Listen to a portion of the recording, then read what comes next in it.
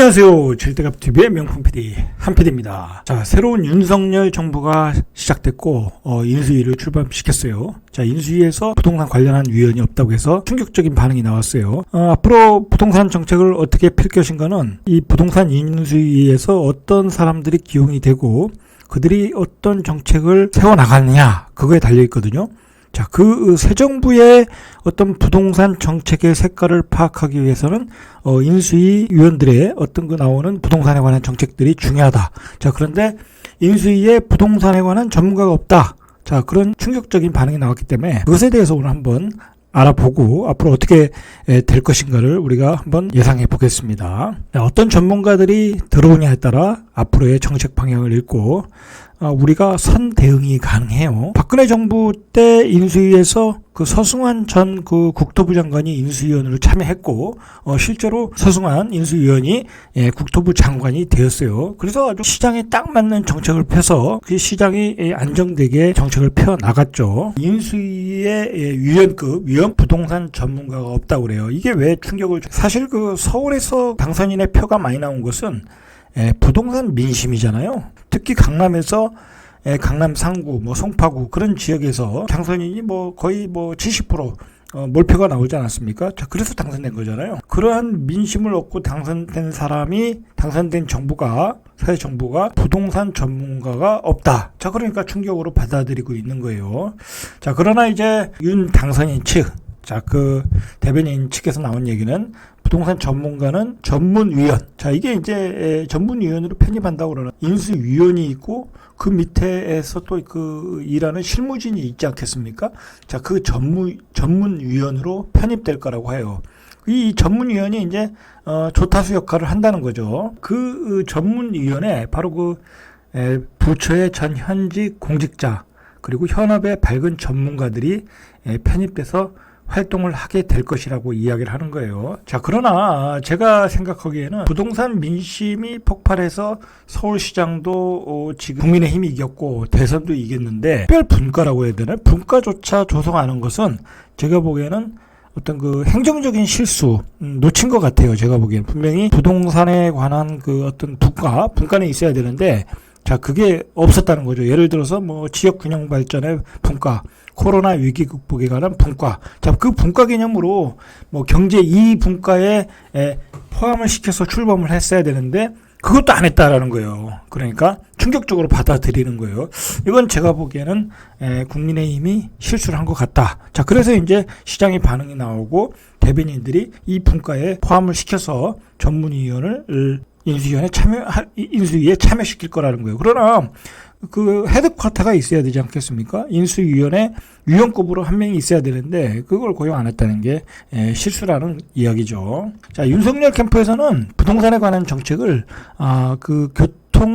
국토교통부 1차관 출신인 교수 2명이 참여했다고 그래요. 그러니까 이 사람들은 전문 관료직에서 은퇴해가지고 교수로 이제 재직 중이신 분 같은데, 자, 이 김경환 서강대 교수, 이거 이제 TV에도 자주 인터뷰 나왔죠.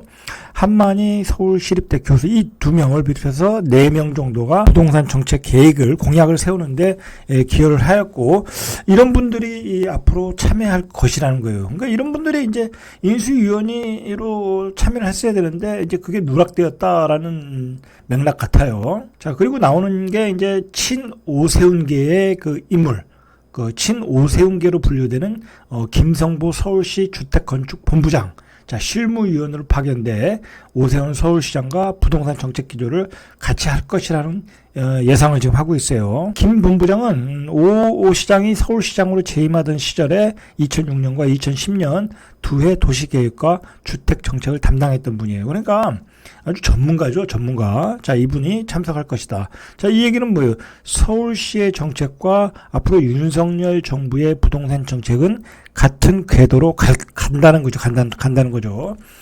이제 재건축 활성화하고 용적률을 높이고 그리고 시장의 어떤 그 시장 경제로의 전환, 공급을 원활하게 하는 정책, 그런 민간이 주도하는 정책으로 간다. 자, 그런 사람이 친오세훈계의 김성보 주택건설부 실무위원이다. 자, 그분도 참석할 것이라는 게 예상되고 있다라는 거예요.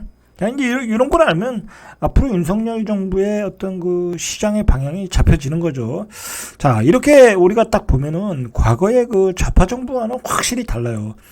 과거의 좌파 정부는 그 김수현, 김현미 뭐 그런 그 좌파라 강경 좌파 라인이 잡아가지고 부동산을 이념적인 프레임으로 보다 보니까 이게 이제 시장 경제의 논리에 안 맞았잖아요. 그러다 보니까 그 부작용이 나와서 시장의 가격이 왜곡이 되고 폭등을 하게 되고 자 그렇게 되었단 말이에요. 자 그런 거와는 지금 괴가 다르다. 이게 바로 우파 정부와 좌파 정부가 다른 거예요. 제가 그래서 누누이 얘기하지만 우파 정부에서는 집값이 폭등하고 올라가는 게 그렇게 쉽지 않아요. 왜냐면 시장 경제로 보니까 계속 공급 물량을 불어넣으니까. 그러니까 이게 지금 시장 초기에 이 정부 초기에 기대감으로 뭐 약간 뭐 재건축 시장 또는 뭐 일기심도 들썩거린다고 하는데 자, 이 시장은 안정되게 되어 있다는 거예요. 중장기적으로 가면. 그러니까 이 지금 재건축 시장에 예를 들어서 지금 뭐 계약이 조금 이루어진다고 하는데 그거 잘못하면 고점 잡는 초기에 고점을 잡을 수 있다라는 거예요. 그 MB정부 시절에도 그랬거든요. 초기에 잠깐 반짝했다가 그 MB정부가 굉장히 공급 위주의 공격적인 정책을 폈거든요. 보금자리 주택, 반값 주택 정책, 그리고 과감한 그린벨트 해제 등으로 집값을 확 잡았거든요. 자, 윤석열 정부에서도 지금 대부분의 그 정책에 참여하는 그 사람들이 그 MB정권에 참여했던 사람들이에요. 그 시장 경제 논리를 정확히 알고 있는 사람들이다.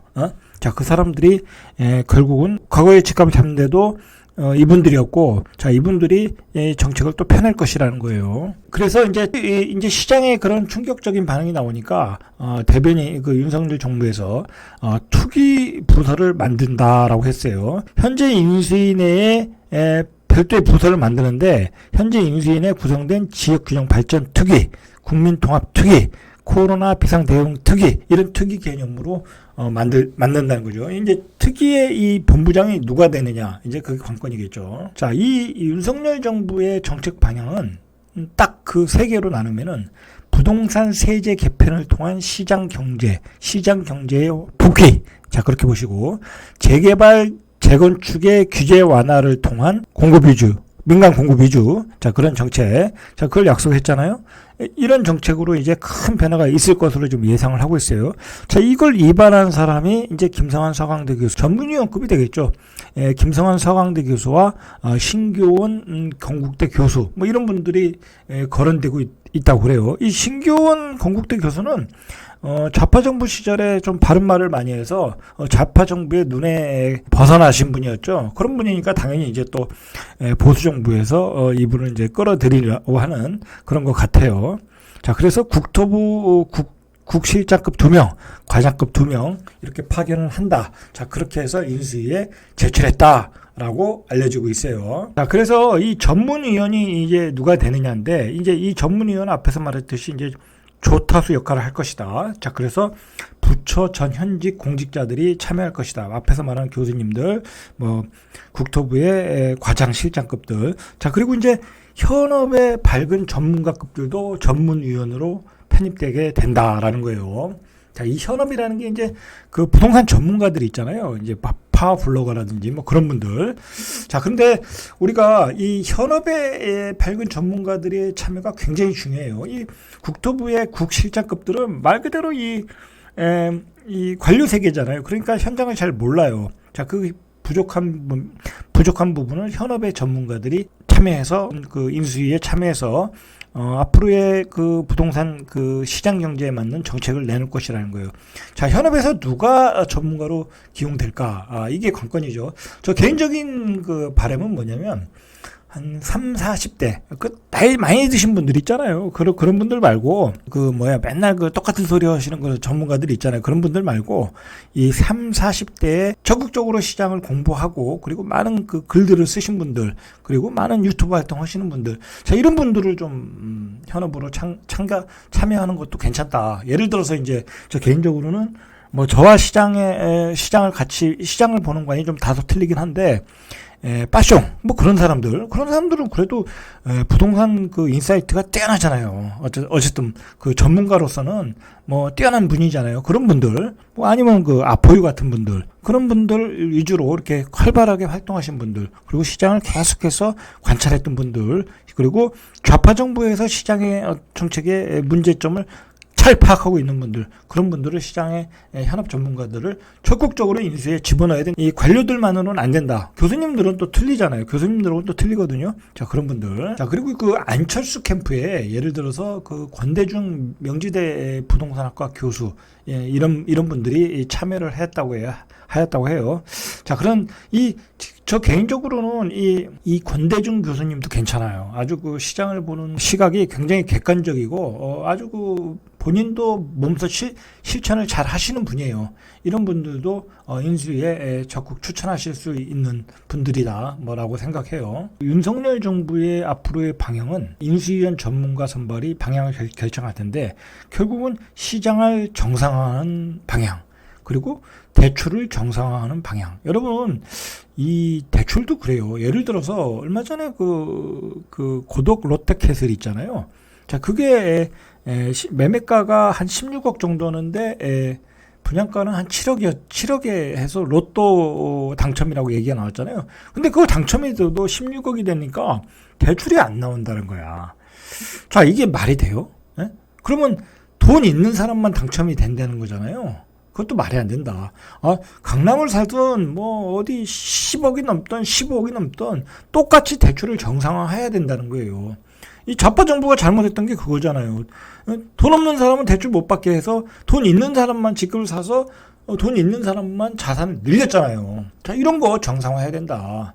자, 그리고 세금도 정상화해야 된다. 이 세금을 막아놓으니까 시장에 안 들어가잖아요. 유통이 안 되니까 계속 호가만 올라가는 왜곡된 그 시장을 만들어 놨잖아요. 자, 공급도 민간 공공이 주도하는 시장에서 민간이 주도하는 시장으로 바꿔야 된다. 자, 이런 방향으로 가야 된다는 거예요.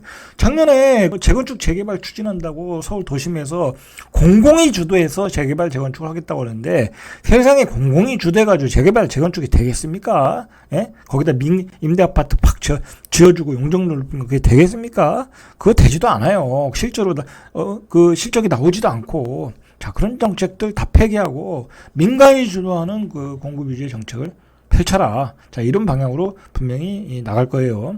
자, 임차 시장도 다 막아놨고, 임대차 보호 3법을 통해서 자, 이것도 정상화 시켜야 되고 지금 그러니까 이 지나고 보니까 얼마나 시장이 왜곡됐나를 알 수가 있어요. 자, 이런 정책을 인수위에서 그 현장의 그 시장 경제를 알고 있는 전문가들, 현업 전문가들이 합쳐서 시장을 정상화로 갈 거라고 저는 생각을 해요. 자, 그리고 좌파 정부에서 실패한 게 뭐냐면 시장 최고의 전문가를 기용해서 이 정책을 펴야 되는데 말 그대로 그 정치인들이 그 정치 프레임을 갖고 들어와가지고 시장을 망가뜨려 놨잖아요. 뭐 그래서 오직하면 민주당에서도 그 사람들 자꾸 퇴출시켜야 된다. 뭐 그런 얘기까지 나오고 있잖아요. 자, 앞으로도 시장의 최고의 전문가를 국토부 장관에 써야 된다. 결국은 인사가 만사다. 자, 그 출발이 인수위의 출발이다. 비록 이번에 부동산 투기가 빠졌지만 뒤늦게라도 넣어서 이 시장을 정상화시키는데 기여하길 바랍니다. 자, 여러분들은 이제 그 인수위에서 그 만들어지는 정책 그리고 거기서 기용되는 인물들 그 면면이 잘 보셔야 돼요. 우리가 이 새로운 권력이 만들어지면 새로운 권력 정부가 만들어지면 그 정부의 색깔, 권력의 색깔, 권력의 구성원들을 잘 봐야 돼요. 거기서 정책 방향이 만들어지고, 자, 그리고 우리는 뭐 어차피 또 투자하고 또 집을 사야 되는 사람이잖아요. 자, 그러니까, 그거에 남들보다 먼저 방향을 읽어야지 선 대응이 가능하단 말이에요. 자, 왜냐면, 시장이 이제 완전하게 공급 위주의 정책으로 간다. 시장이 정상적으로 간다. 자, 그러면 이제 다주택자들은 물량을 줄여야 되는 거고, 그리고 이제 뭐 청약 시장의 기회가 넓어질 것 같다. 그러면 또 청약을 기다려야 되고 각자에 맞게 대응책을 만들어 세워놔야 되거든요. 자, 그게 바로 인수위에서 나오는 정책들이다. 자, 그런 점에서 우리가 인수위를 관심 있게 봐야 된다. 자, 오늘은 이상 절대값 TV의 명품 PD 한 PD였습니다.